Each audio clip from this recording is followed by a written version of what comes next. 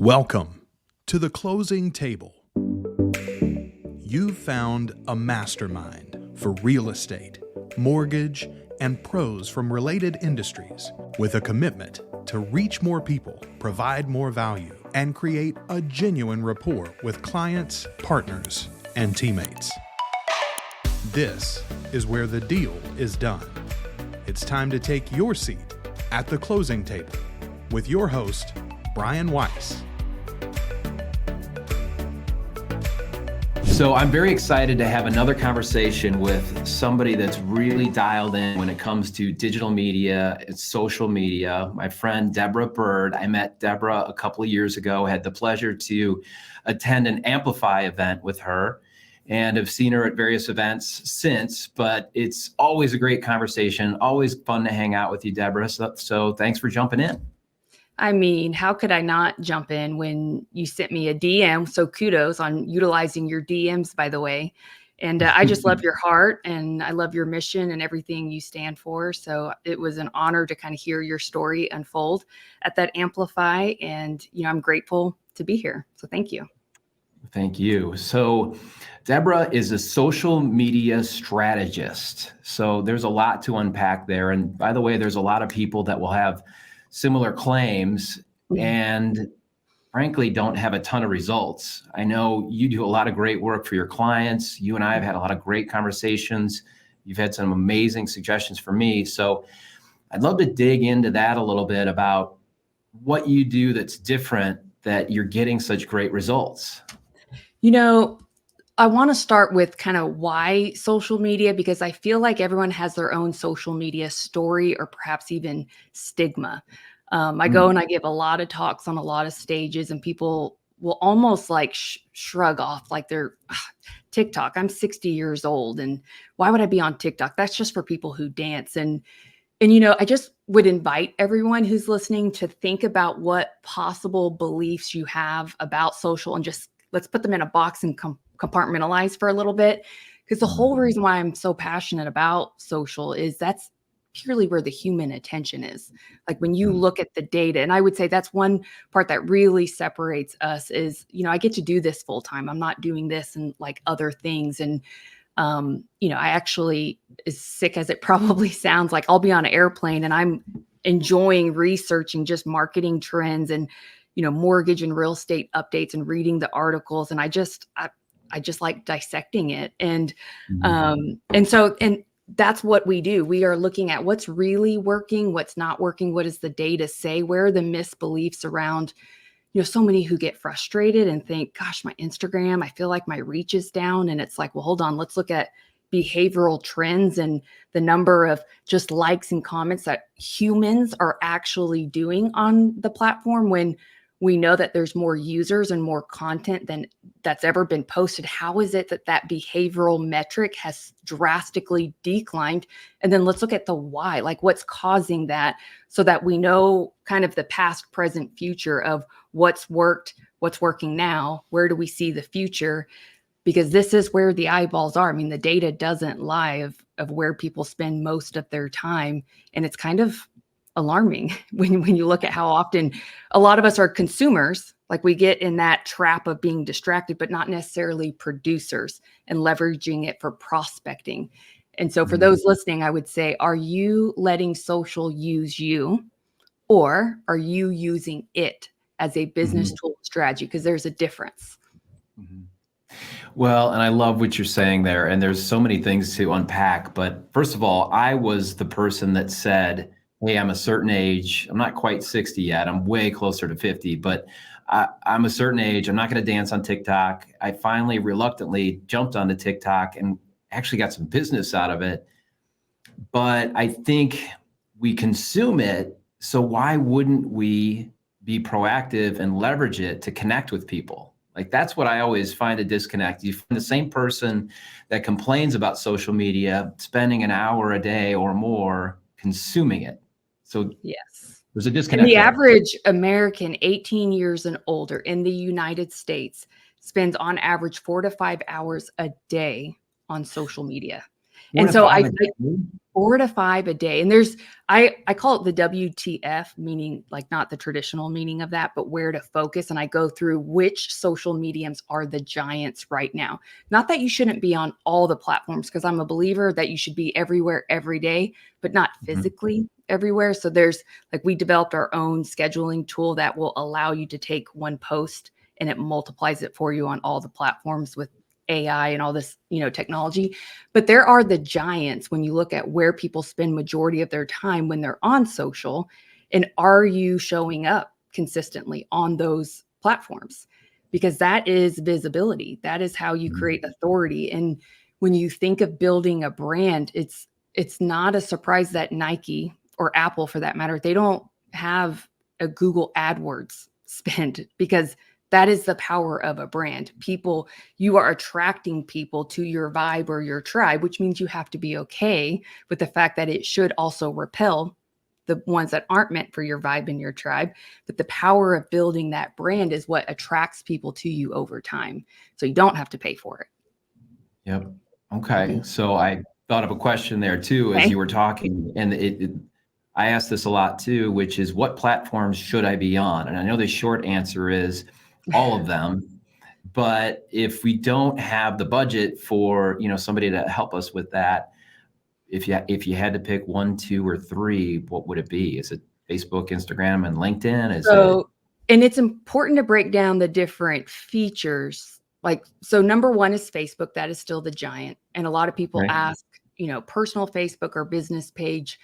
I always say both, but you have to have realistic expectations that they each serve a different purpose.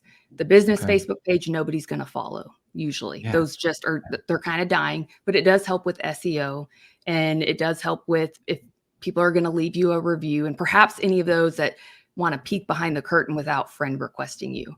But to think that you're going to get a lot of engagement on a business page is just unrealistic expectations. The personal Facebook profile, you can now turn on what's called professional mode. And I highly recommend that everybody does this. You would just go onto your personal profile, you go to settings, and it will give you a drop down that says turn on professional mode. I'll share my screen just so you can see kind of what it looks like.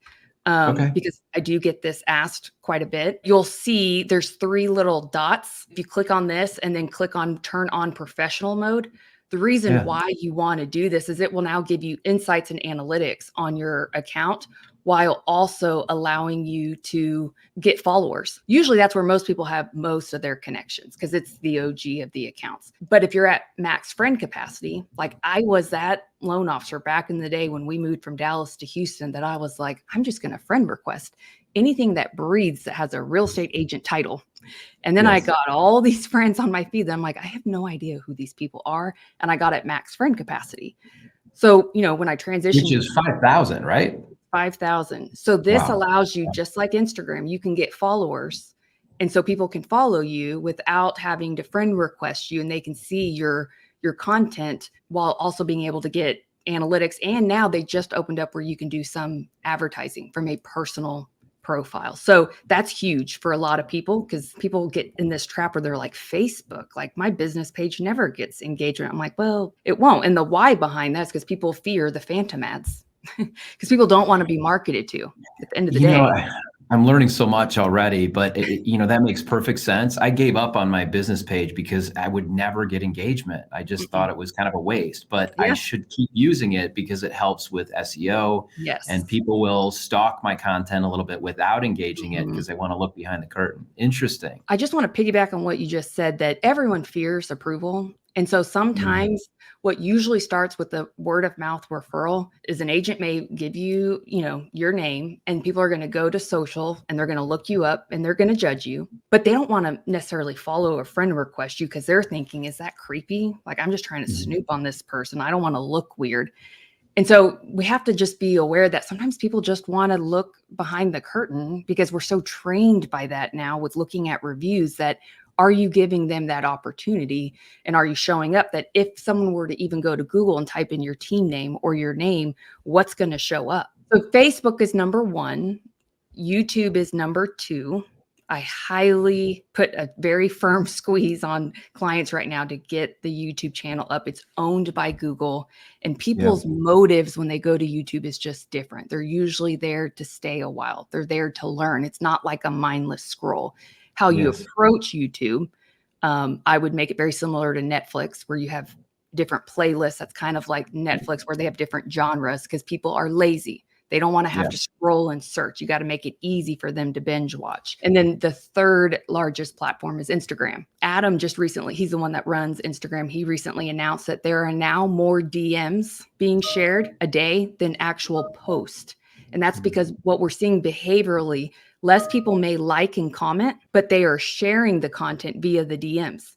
And especially the younger demographics, they're almost using DMs in the form of text messaging. So they may not be creating content, but if you're creating valuable storytelling pieces that make someone say, oh, that's my mom's situation, or that's my aunt, I'm going to send this to her, they're sharing it in the DMs. And most just don't know how to read their insights or analytics, and they assume their social's not working because they're only looking at follower count, likes, and comments, when there's so much more to it than that. So interesting. I'm learning a ton. I'm like taking notes here. All right. So the platforms should be Facebook, YouTube, and Instagram.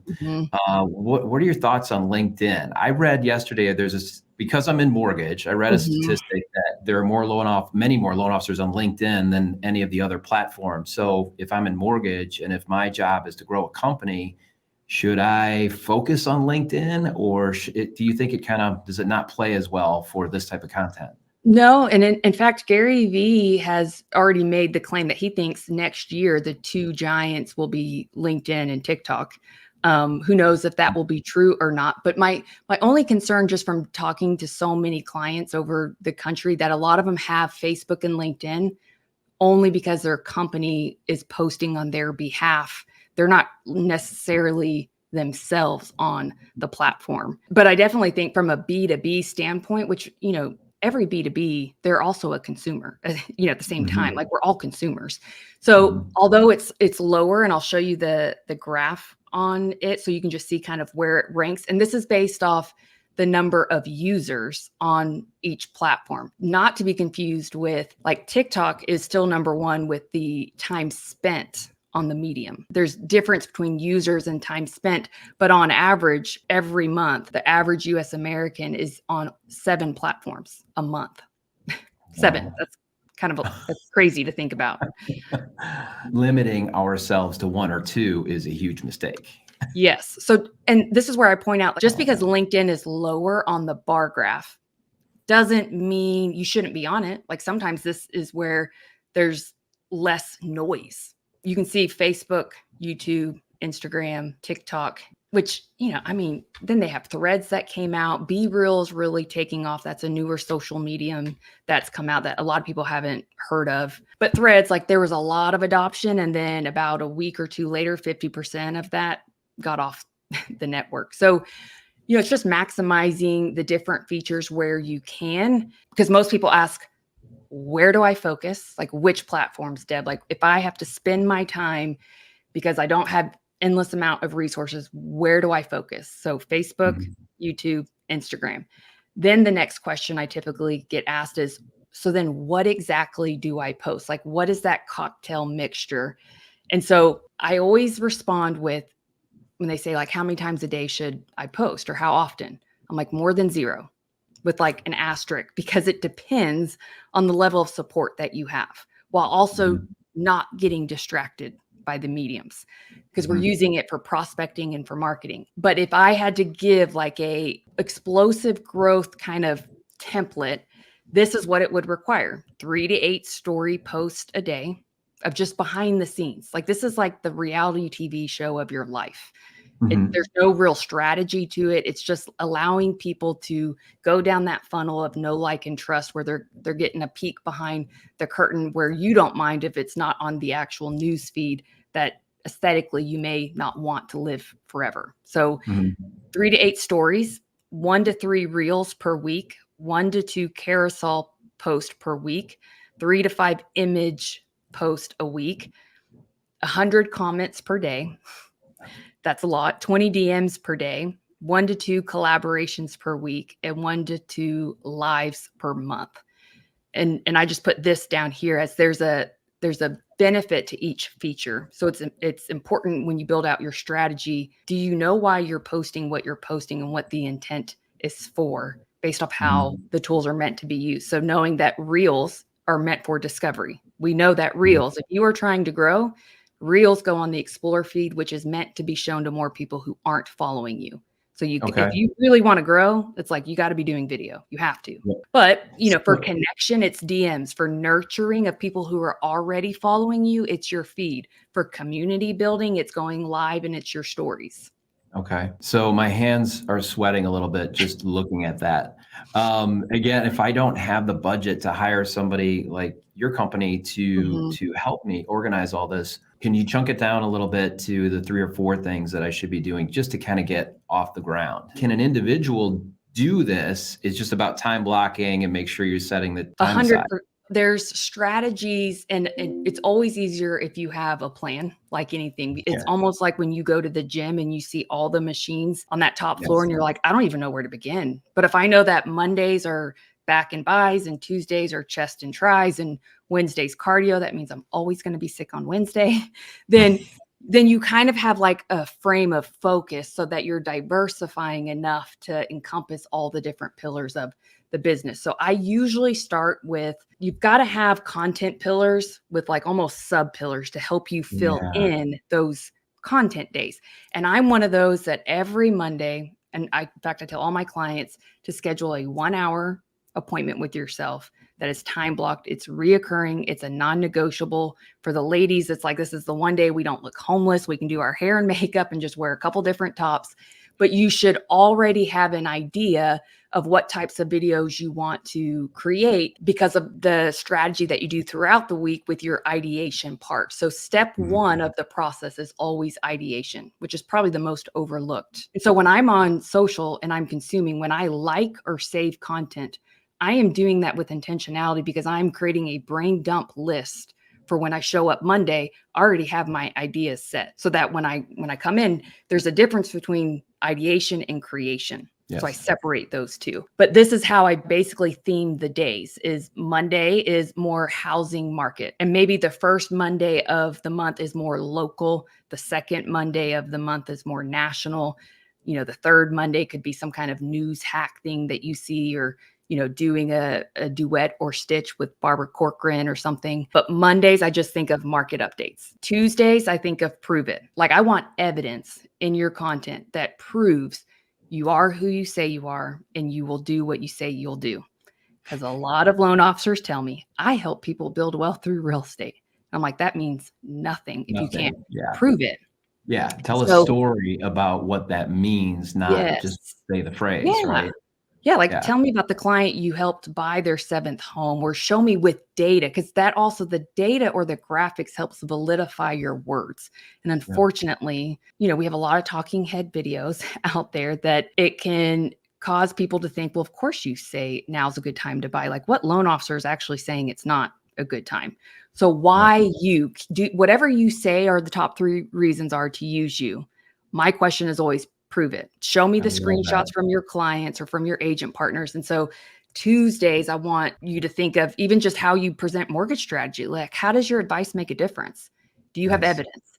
Wednesday is the most effective, least implemented, and it's hosting your own show every Wednesday. It's the same time every Wednesday, and you're proactively looking for other community leaders that you could interview, so that essentially you're helping your community find these other experts, which also gives a reason for your clients to keep following you. Because we often forget, we tend to only nurture or make content for those that we're trying to get in front of for new business. And there's no reason for people to continue to follow you if you're not creating other types of content. So that's Wednesday. It also allows you to tag them as a collaborator. You get to then adopt their trusted following. So this is the best way to really grow exponentially, by just adopting trust from others that you interview.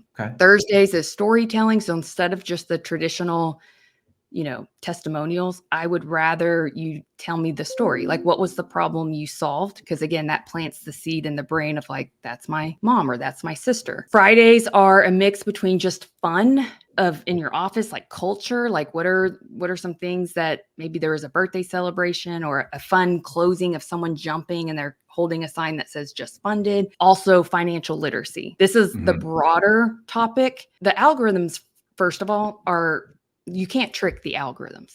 And it's kind of scary to see how sophisticated they are at feeding your addiction.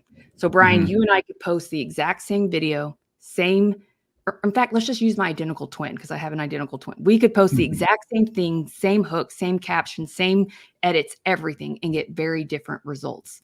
And that's because there is no cracking the code of like virality. The system feeds your addiction. Whatever it is that you show interest in, it's going to show you. So we have to also understand that there's not a lot of people showing behavioral metrics that they're interested in mortgage and real estate right now. That's a fact when we look at just transactions in the market. So what is your other broader pillar that helps you get in front of more people, which is typically money management, savings, budget, credit? Like this may mean someone starts following you who's not interested yet in buying a home because maybe they're about to buy a car. But just using content that's a little bit broader helps you gain more traction, not just mortgage and real estate. So if you're someone listening and you're like, dang, my impressions are down, it could be because you're so laser focused on mortgage and real estate that from an industry standard, the human impressions are down in our market. Yes. Which is why I say Saturdays do a personal post of like, who are you beyond just the loan officer, and Sundays are more thoughtful thoughts, like thought leadership, personal development, comical memes. Those are the single most shared pieces of content on social. And so just having these themed days can help you go from ideation to creation, and then it's distribution. So it feels a lot less overwhelming when you kind of chunk it down day by day, right? So maybe you put blocks in your calendar for each of these themes and say, I'm going to spend X amount of minutes writing the content, X amount of minutes recording, or actually maybe it's, well, like you said, a content day where you're recording on one day. So we only have to do our hair one day and then block time to write the content on each given calendar and post the stuff you've made. Yes. To me, batching your content weekly is much more doable. Yeah. Sometimes monthly is overwhelming. And there's too much that can change from week to week if you try to do it too far in advance. But if I know Monday, I've got 1 hour to knock this out, like I can get a lot of short form videos in 1 hour. I may not use them all, but that's a lot that I can get. And then I use my scheduling tool to then schedule it out. So it's set and forget. And then anything that I have that comes up in between, like maybe there's a big announcement like this whole Fannie Mae November 18th, multi-unit property, like anything that's like that, I could easily record and post organically without feeling the pressure of like, gosh, I said I was going to make a post today. I didn't make my post. And we like beat ourselves up when we don't follow through certain commitments. So we've got to make it easy and integrate with your life when, let's face it, your full-time job may be a loan officer or a real estate agent. So how the heck do you cram in a content creator at the same time? It can feel challenging. Yeah, absolutely. Absolutely. What do they say? If it's not on social media, it never happened. Right. My boss gave me a hard time the other day. I said, no, I worked out this morning. He's like, I didn't see it on social media. I don't believe it. Yeah. Cool. And to that point, social is accountability. Like if you're not studying your trade and learning something new every day, it can feel like, what am I going to talk about? I don't have anything to say. And it's like, dude, are you spending at least an hour of content, like educational financial literacy content, to always have something valuable to share? So then you can post. So that level of accountability, I think, is healthy. Yes, I agree. I think I have to change the format of this podcast because my idea was, let's just do some quick hits. We'll keep it 15 or 20 minutes. But then I talk to people like you that have so much to share. It ends up going way longer, which I love. It's fine. No, don't apologize. I absolutely love it. I have 2 pages of notes. So here's my question, to chunk it down a little bit, to give the people that are listening something they could do this afternoon or something they could do tomorrow morning. I'm sure you have some tactical things to share. What would you recommend we do? And excuse my thought process on this, Brent. I'm very unscripted and unfiltered, but I will say this is something everybody can do just in their morning poo session. And for the men listening, that's like 15 to 20 minutes every morning. You guys could all do this. It literally takes 15 to 20 minutes. And this will create the most engagement or feedback and and create deals right away. And it doesn't require a video camera, video editing, graphic designer. In fact, some of my clients who have the best strategy, it's not as effective as it could be because they're missing this critical component. So I will go through these kind of quickly, but I'll also share my screen in case anyone wants to take a screenshot of these, because these are things I would recommend you do every single day, every day. Okay. And it comes back to you're building a brick wall around your database, which is your social database. So anyone you would traditionally add to your CRM, guys, every lead, doesn't matter if they apply or not, every app, every listing agent from an offer submission you have, every single tax return, training your eye to look, is there a CPA? There's a limit to the number of favorites you can do, though. Yes, there is. There is. Okay. So on Facebook, it's 30. Okay. On Instagram, it's 50. Okay. I always say, now, not everyone goes into your favorites feed, but the first step is, are you proactively following 20 new accounts? And these could be guys, like people you see asking questions on your competitors. Your social sphere is your database or data bank. It's your CRM. So if we proactively follow, and I mean, this is like with a sniper mode, Navy SEAL, we are strategically choosing who we want to follow. What do you think the chances are that some of those people follow you back? Simply because they have a notification that says you just followed them. Okay, this brilliant. Is by strategy, because a lot of, like, you can buy followers and likes, and nothing to discount those who have, although it's horrible for your analytics. But don't compare yourself to either someone's step 20 to your step 2. Not all followers mean revenue. I don't need a bunch of clients from India following me. Right. So this is how you choose to follow. Like, this is marketing on offense. We are using social for prospecting. I'm proactively laser focused on who I want to follow in hopes that they will follow me back. Because what we do know is there's 5,300 posts every second. The chances of someone just, like, 9 people may see your post, but everybody, when they open their phone and just start watching people, they always go to that little red notification button.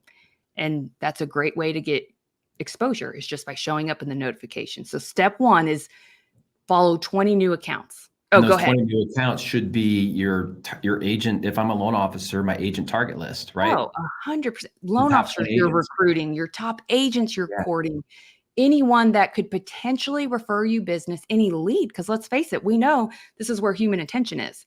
So you putting them in a standard drip campaign because they just apply and you think that's going to stay top of mind, the chances are, staying in top of mind on social, you have a better chance of being seen and maintaining that relationship, because God forbid they go to a new build and that builder talks to them. You know, every single phone call, like even a new client, I would say, hey, I'm going to go ahead and follow you on social right now. Go ahead and check. Did you get the notification? Make sure you follow us back, because every week we are committed to creating educational content for clients just like you, who may have that 2 a.m. home buying freak out moment.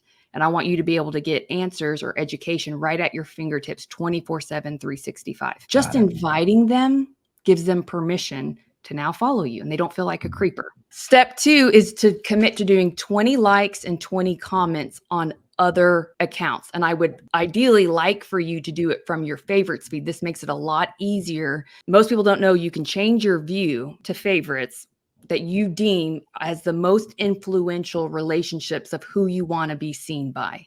So this could be clients who are in like every mom Facebook group that they're going to refer you out to their friends and family. It could be a client that you help that's like head of recruiting for lawyers. Just from an influence scale, these should also be referral sources, because when you can show up in their notifications where you're consistently liking and commenting and being their biggest fan, especially when we know that likes and comments are down because you just don't get hand claps anymore for creating great content. People expect it now. This is a way for you to use this as your competitive advantage of just letting people be seen. And I don't care how connected social makes people feel. We're also starved for like true intimacy, and people want to be uniquely seen. This is a way to do that. But the comments need to be genuine, authentic, like relevant to the post, not just like a thumbs up emoji. So I recommend you do that through your favorites feed. Otherwise, I know you guys, you will get distracted on social. And if you're on your poo session and you're limiting your scroll to only being able to see those that are critical relationships, it really helps you do your likes and comments much quicker than mindlessly scrolling, trying to weed through all these different accounts. That is brilliant. That is worth the time invested in watching this right there. Dude, I'm telling you, I sit there and I watch people on airplanes and at ball games, and I even record it because I just like to watch their behaviors. I'm a student of just why humans do what they do. So the only reason why I focus on social media right now is because that's where the human attention is. And I love to watch people, they like pick up their phone, they immediately go to text messages, usually sometimes email, and they open up social and they click the app with the notification first. They go to the notification, they put their phone down. 3 seconds later, they pick their phone back up. They go back to a different social medium. They refresh to see has anyone liked or commented. When you do that, you're also telling the algorithms that you guys have a relationship. And that's how you can also get your content seen in front of the right people more frequently. Like if you've ever wondered, why do certain people constantly show up at the top, like right here on the story? Why It's is that? because, and you could be following like 5,000 people, but they show you the people that you interact with the most. Okay. So So if this somebody is falls how, off, that just means I haven't liked or commented yeah, you or guys haven't viewed their DM'd, you stories. guys haven't liked. So social is meant to be social. It's a Yes. symbiotic relationship. The days of Okay. just posting and ghosting, like when people complain to me and they're like, gosh, but I only got 6 new followers this week. I usually ask, how many followers did you proactively reach out to? Follow. Yes. And did you even introduce yourself to those followers? Like, I can't tell you, Brian, how many people don't even say thank you for the follow. And I'm like, that's an opportunity right there. That right there. Yes. Someone chose to follow you. Like, Yes. can we be Yes. grateful for those who choose to To me, follow? that's just common sense. Like I do that before I'd ever heard that at a digital media workshop or like to me, that just makes sense. This is where the younger demographics have an up on, it's easy for them to create content because they grew up with like an iPad in their hand. But what they Right. lack is communication skills. I do Yep. scripting with exactly what to say. I don't know if you've heard of that, where we really are intentional of the power of word Yes. choice. Great And book. yes, highly recommend it. I coach with Phil. I'm now one of his certified guides where we're building a book for mortgage specifically. Wow. Like marketing creates the attention, but sales Mhm. still has to convert and close. Mhm. And they may be great at creating attention, Mhm. but they can't close it because they lack the communication skills. Something that to you, Brian, is just common sense. That's probably just good manners, Mhm. They Right. don't do, you know, My mom taught me to say please and thank you. see, it goes a long way.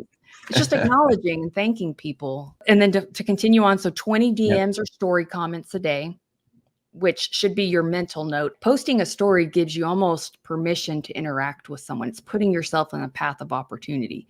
So Okay. if you're doing this on 20 different stories a day, which is what I prefer than just a cold DM, and it doesn't need to be business. Like sometimes some of you go straight to the bedroom and I'm like, no, we got to flirt a little bit. Like, don't go straight there. Like just Yes. nurture, Yep. So many dating analogies work with yeah. social media. And I try not to do that because I don't want people to think you're not flirting like with a relationship, but people don't want to feel used. And sometimes you can go straight to like, hey, I'm hosting this webinar. Would love to have you there. And people are like, oh, so that's the only reason. Just doesn't feel good. We talked about sending the thank you to new followers. Make sure you also like and reply on all comments on your own post. Make sure you're checking your DMs, all inboxes, because sometimes you have some that go into your suggested.